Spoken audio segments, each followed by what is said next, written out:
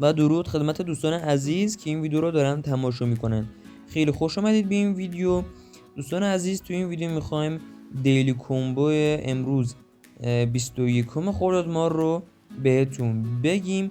خیلی ممنون میشم که این پست رو لایک کنید و چنل ما رو هم سابسکرایب کنید. خیلی ممنون. خب الان بریم سراغ دیلی کومبو امروز 21 خرداد ماه. اول میریم قسمت ماین.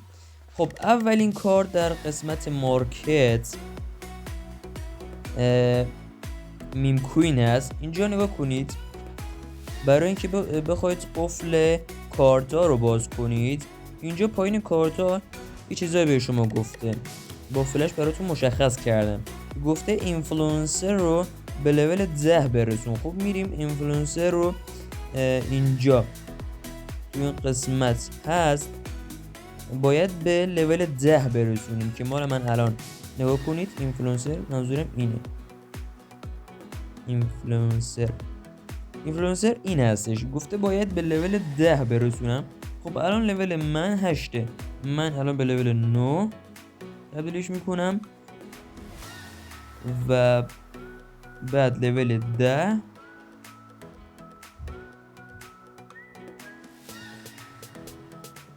بعد لول 10 بهش میکنم که میم کوین برام باز بشه.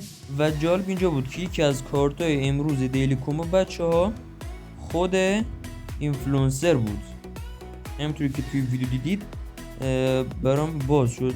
یکی از کارتای امروز خود در واقع اینفلوئنسر هستش بچه‌های عزیز. بعد نگاه کنید اینجا برام اومد، اینجا کارت اینفلوئنسر اومد اینجا توی کارتا، اومد توی کارتا. خب بریم برای کارت میم کوین که ببینیم باز شده. بله الان باز شده. میزنیم و اینم از این کارت.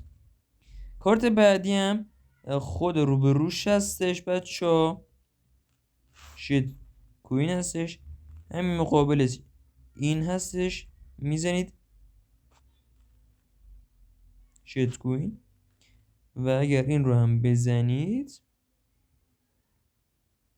بله خیلی راحت همونطور که دیدید برای من الان 5 میلیون اومد و خیلی راحت.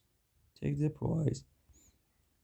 پس کارت اولی شد شیت کوینز تو بخش مارکت، اینفلوئنسر و میم کوینز که اونم تو بخش مارکت و اینفلوئنسر هم توی این بخش هستش که پی آر اند تیمز هستش توی این بخش.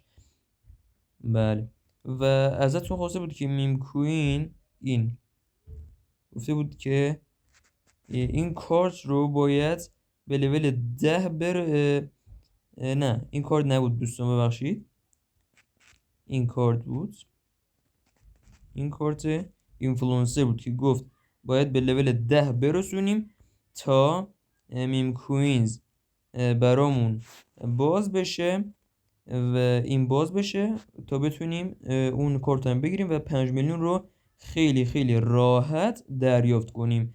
خیلی ممنون بچه‌ها تا اینجا ویدیو با ما بودید. خیلی خیلی ممنون میشم که اگر این پست رو لایک کنید و چنل ما رو هم سابسکرایب کنید و ما رو حمایت کنید. برای ویدیو بعدی خیلی متشکر میشم که چنل ما رو سابسکرایب کنید و زنگوله رو فعال کنید که چون ویدیوهای دیگر رو هر روز میذارم، کد مورز و همچنین دیلی کومبو رو براتون میذارم و اخبار دیگه. خیلی ممنون و متشکر.